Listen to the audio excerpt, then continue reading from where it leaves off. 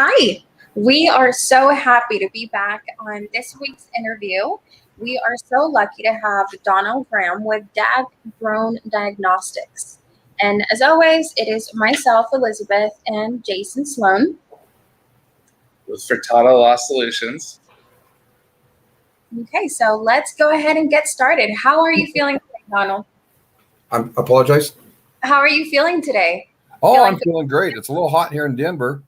Is it? Just a little. Okay. I see you have a lovely friend there next to you. I do. Nice. Okay. Well, to get started, obviously, some of the first off-the-wall questions that we have a tendency to ask is a bit about your background. So let's get started there. Okay. So my understanding is that you are a licensed drone operator, and you are licensed by the Federal Aviation Administration since when? 2019. 2019. Okay. And if I may ask, what was your intention behind operating in this specific field of work? What was the interest behind it? Behind drones? Yes. Oh, I bought my first drone. Back in 2013 at the International Roofing Conference in Las Vegas, and I just fell in love with drones and just, the more I flew them, the more I loved them, and started doing some research on where drones are going and how they're going to affect our industry, and it just became a passion of mine to get my feet off a roof and put them firmly on the ground.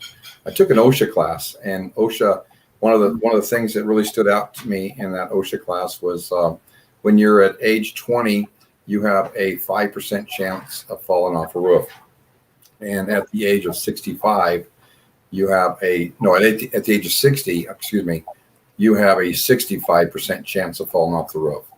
So, with those statistics in mind, I've already fell once. I never want to fall again. Mm-hmm. Right. Okay. And you used a keyword earlier to express yourself in reference to this field of work. You said passion. Is passion what has ultimately driven you in this direction? Yeah, absolutely. Yeah. Okay. Yeah. What were you doing before, prior to the drones? Well, I've been in the roofing industry not all my life, but going back about 15 years now. I've been in construction since working with my dad and my grandfather since I was 13 years old. So building houses, working in commercial, doing tenant finish, doing everything from A to Z when it goes to building a house or working, reading the blueprints and all that stuff is something that I grew up learning how to do. And so that's why I working in the industry, the roofing industry, and knowing that drones are going to be a really vital use to this, kind of led me down that path. Okay. So your exposure to this field or this industry is ultimately what has led you to where you are today. That's correct. Okay. All right. And tell us a little bit about your fall and what you came up with from that. Okay. Well, in 1986, what are you laughing for? Well, I've heard the story before, bro. So. I know you have. You've probably heard it 1,000 times, like most everyone else. No, in 86, I fell. I was doing a job out here in Lakewood, and I had fallen, and I reached out to catch myself, stiff-armed it, and I blew out both elbows. And that was on July 1st, which was just a week ago, was my 35th year anniversary of doing that, and blew out both elbows. And the doctors actually came to my room the following morning and told me they were prepping me for surgery, and that they would not promise me or anything else that they could save my left arm. They thought they actually prepared me to wake up to amputee, which did not happen. I'm very thankful for that. I've got limited use in both arms, but especially my left arm. But I have an arm, and that's what matters. And so that was kind of like the beginning of a seed that I wanted to do what I could, make my part making whatever I did and people I worked with, this is a little bit safer world to work in. And of course, OSHA came around in 1992 when they were founded. So my 86 statistic was never part of any of the statistics that are out there. And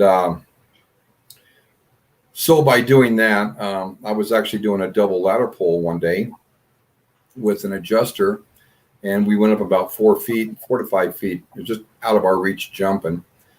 And I set the ladders up. Of course, we made it up. And coming back down, the ladder had gave way on me, and I fell about 4 or 5 foot, which is enough to get the shakes in you. And set the ladder up for the adjuster to come down. And the same thing happened to him, even with me holding it. And I sat there for a minute just trying to get my thoughts and my bearings back together. I said, there's got to be a solution to this. Mm-hmm. So from that, I over the years, I just thought it through and end up getting or engineering a new product that we call the Easy Ladder Guardian. And it is a tool that actually holds ladders in place for double ladder pulls. It also has a place for ground applications when you're on a truck's decking and you want to prevent the ladder from slipping. You can actually put it inside. You put it in the slats of a deck, or put it up against the railing, and that it'll hold the ladder from slipping on a deck. So it has some ground applications as well as, but it was actually designed for double ladder pulls. Yeah, I used it quite a few times in Douglas County on those double pulls, for not just for us, but also for the inspections. And Douglas County actually endorsed it. Douglas County actually gave us an endorsement and actually started being required that either you use the tool unless you were going to have someone there holding the ladder for them. But you had to do one of the. And of course, inspectors, they tell you they're going to be there at 10 o'clock in the morning. They don't show up till just before they decide to go home at 3:55. So you're paying someone to sit there all day. So. Yeah. Mm-hmm. And that don't make sense. Exactly. It does not. Now, as a level 2 thermographer, what does that really entail? A lot of education, learning, taking classes. Each level we take is a week-long course somewhere in the United States. I went to Dallas to get my level 1. And then a couple years ago, I went to Phoenix to get my level 2. But the technology is huge advantage to customers that need a roof inspection. Right. Number one, the drones. I mean, I've got 3 different drones. So I've got this one that you're looking at, and I've got 2 Mavics. And so, these drones are huge huge benefit because we're not, we're not getting on roofs. We're not, doing any further damage, especially with tile roofs. I can do a tile inspection with these drones and be able to tell where the tiles are broken, and I don't even have to get on a roof anymore. I mean, I can't tell you how many times you get up there on a roof, and regardless of who you are, you're gonna, you have that, you can crack them, and I know I've cracked a few in my life, just walking on a tile roof. So this is a huge advantage of having drones and also detecting the damages digitally. As a thermographer, the thermography is a third-party inspection that insurance adjusters, insurance companies cannot argue with. They can argue with you as a person, what they see and what you see, but they cannot argue with a thermography. And so I guess I'm the last person that an insurance company wants to see or wants to hear from. Right. You have concrete evidence, it seems. Correct. Yeah.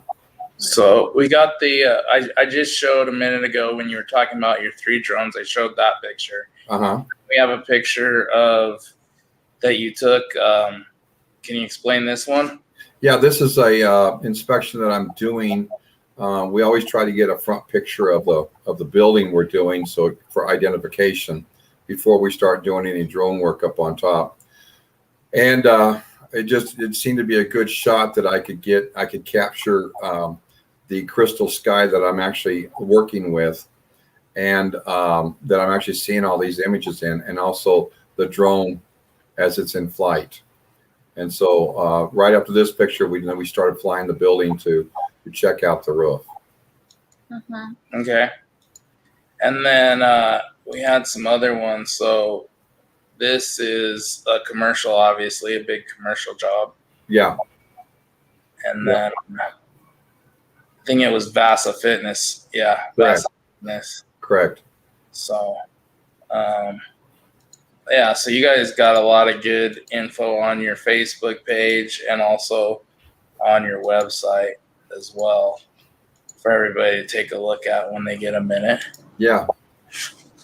I have a quick question for you. You said you have 3 drones. I don't know much about drones, so I am very excited to learn today. This drone that you have next to you, what is the capacity? Like, what does it do that differentiates this one from the other 2 that you have? Okay. Oh, it's a great question. This one can sustain winds up to 30 miles an hour. Oh, okay. The other 2 drones that I have, we don't really want to fly in winds more than 12 to 15 miles an hour. They're just lighter drones and they get thrown around a lot. I did some work with an engineer that we did a reenactment of a car accident, and we were out in Golden at the Highway Patrol training facilities out there. And in Golden, if you're familiar with Colorado, the wind does blow out here. Sorry, Wyoming, you don't get all the credit. We get a little bit. So, we were flying it, and I told him, I said, because he paid for the drone services for the little drone. I said, you know what? I'm not going to chance it. I would rather pull this bird out and fly in this, because the winds were kicking up 9 to 15 miles an hour. And I said, we weren't getting, you start wavering a little bit. And I said, let me set this one up. And it just took me a few minutes, and we got this one up in the air and finished our reports using this drone for that particular job. So this will sustain higher winds. This also has the XT2 gimbal on it here. This is the gimbal that actually detects the thermal imaging with the side-by-side. So it actually has 2 lenses on it, and one is a color lens, one's a thermal lens. So it does side-by-side imaging of it, so that I can tell, okay, when I'm looking at this picture, I know that, okay, here's the thermal side of it. Doing the reports, I'll put them in side by side and show you all that. I do reports with all my thermography. The last one I did started out to be a 400-page report. We narrowed it down to 200, and then I finally got it down to 98 pages, which the first 7 or 8 pages are nothing but a key index, just explaining what thermography is and how it's used and what to expect and how to read it.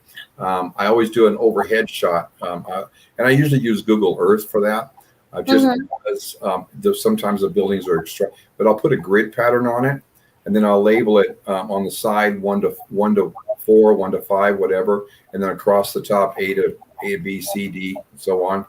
And that way I can define, like in grid pattern, maybe 2A, or there's this problem we're seeing, and I detect what that is, and I explain it to you. And then I can give some recommendations on what could solve that, and how we could do that. It's very important to understand that I know a lot of companies now are they're doing coatings, and they're doing overlays on their roofs, on the commercial roofs. If you're doing a coating or an overlay, and you really don't know what that roof looks like underneath the membrane, you could just be asking for trouble. If you're trapping condensation, if you're trapping, that will actually grow into mold, that becomes your liability down the road.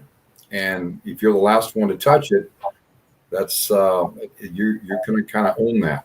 Right. I think it's real important for people to understand that getting this information into their hands as is knowledge and knowing that when they're doing these coatings, that they're going to have they can get a good NDL from the manufacturer, and they can actually move in the right direction and cut their liability. Mm-hmm. Exactly. You don't want to cause more issues than we're already there. No, we've all had those. We don't need any more. Yeah, exactly.